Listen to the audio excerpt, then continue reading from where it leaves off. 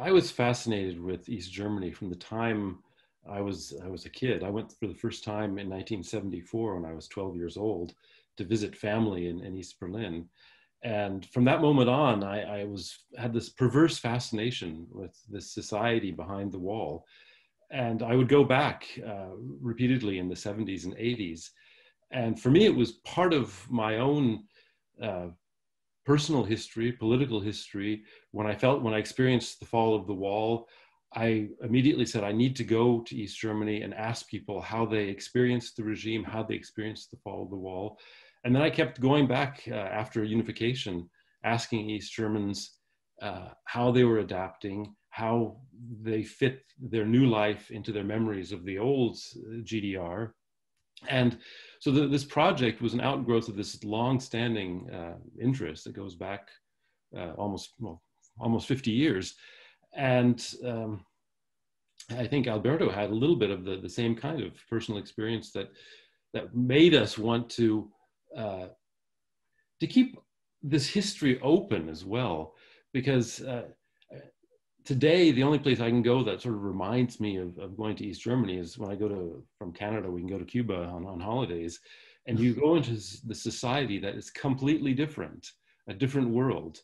And it is fascinating to think about these other possibilities of what might have been.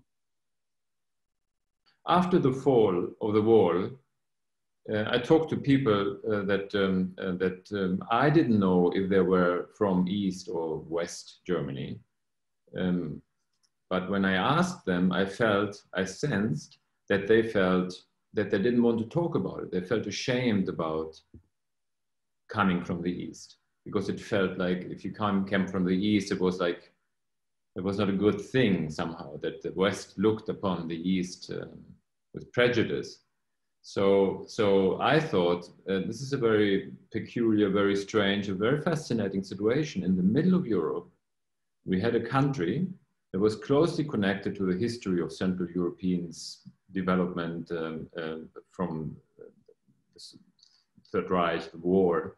We had a country that disappeared, but not only that it disappeared, imagine yourself, you grew up in a country that doesn't exist anymore in the middle of Europe. Plus that you had to admit once you were asked that you came from that place and that you felt ashamed about it. And that I thought, and we both thought, was a very interesting starting point that we wanted to explore. But always we thought that what this project represents needs to be done in a way that it will interest not only those that were closely related to this history, but to everybody, also to young people. That's why we've chosen a different form for this archive, because we believe that an archive only is alive if it's visited. And so that's why it looks different than any kind of a traditional kind of archive.